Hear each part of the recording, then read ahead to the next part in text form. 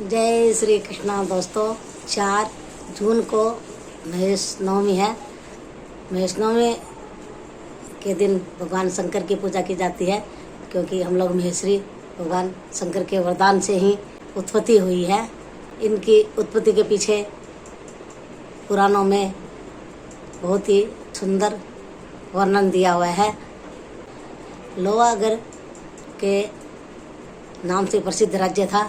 बहुत ही धार्मिक और पुण्यात्मा लोग वहाँ रहते थे। वहाँ का राजा सुजान सिंह एक बार अपने सहपाठियों के साथ जंगल में शिकार खेलने गया। वहाँ पे उन्होंने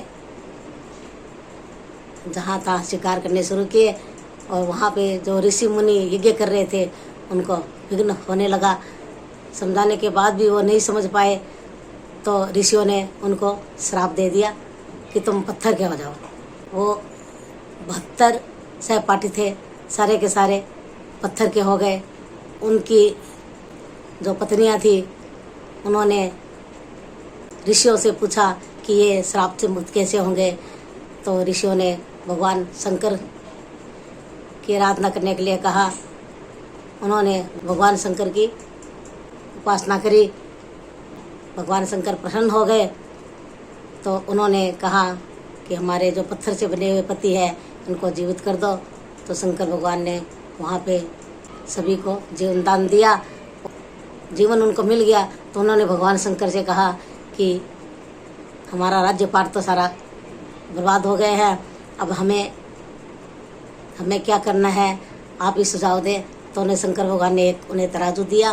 बोला तुम व्यापार करो और तुम महेश्वरी के नाम से जाने जाओगे, तुम्हारा यश कीर्ति खूब फैलेगा।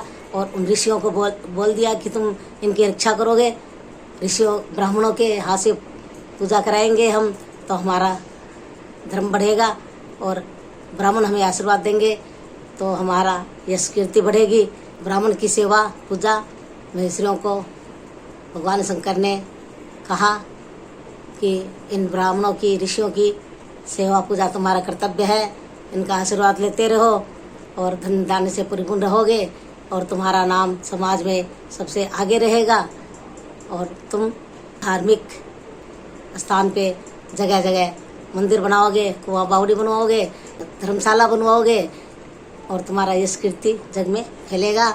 और जब से ये लोहागढ़ ये धर्मस्थल बन गया, वहाँ पे एक जल कूप है, तालाब है, वहाँ पे तीर्थ स्थान बन गया और वहाँ लोगों को मुक्ति मिलती है। कहते हैं जब महाभारत की युद्ध के बाद में पांडव अपने शस्त्रों को देख देख के रोने लगे। बोले इन शस्त्रों से हमने अपने भाई बंधुओं को मौत के घाट उतारा है, हमारा कल्याण कैसे होगा।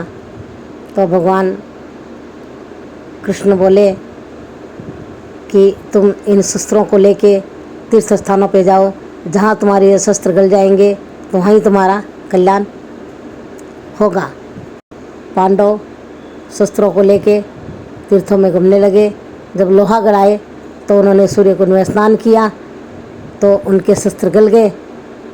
तो वहाँ पे उन्होंने तपस्या करी और वहाँ पे उनका जीवन का कल्याण हुआ। और जो शस्त्र थोड़े बहुत बचे हुए थे, भीम ने उन्हें एक गुफा के अंदर छुपा दिया। वो भीम गुफा के नाम से जाना जाता है। यहाँ राम दरबार का मंदिर बना हुआ है, सूर्य भगवान का मंदिर बना हुआ है, सब दर्शन करने जाते हैं।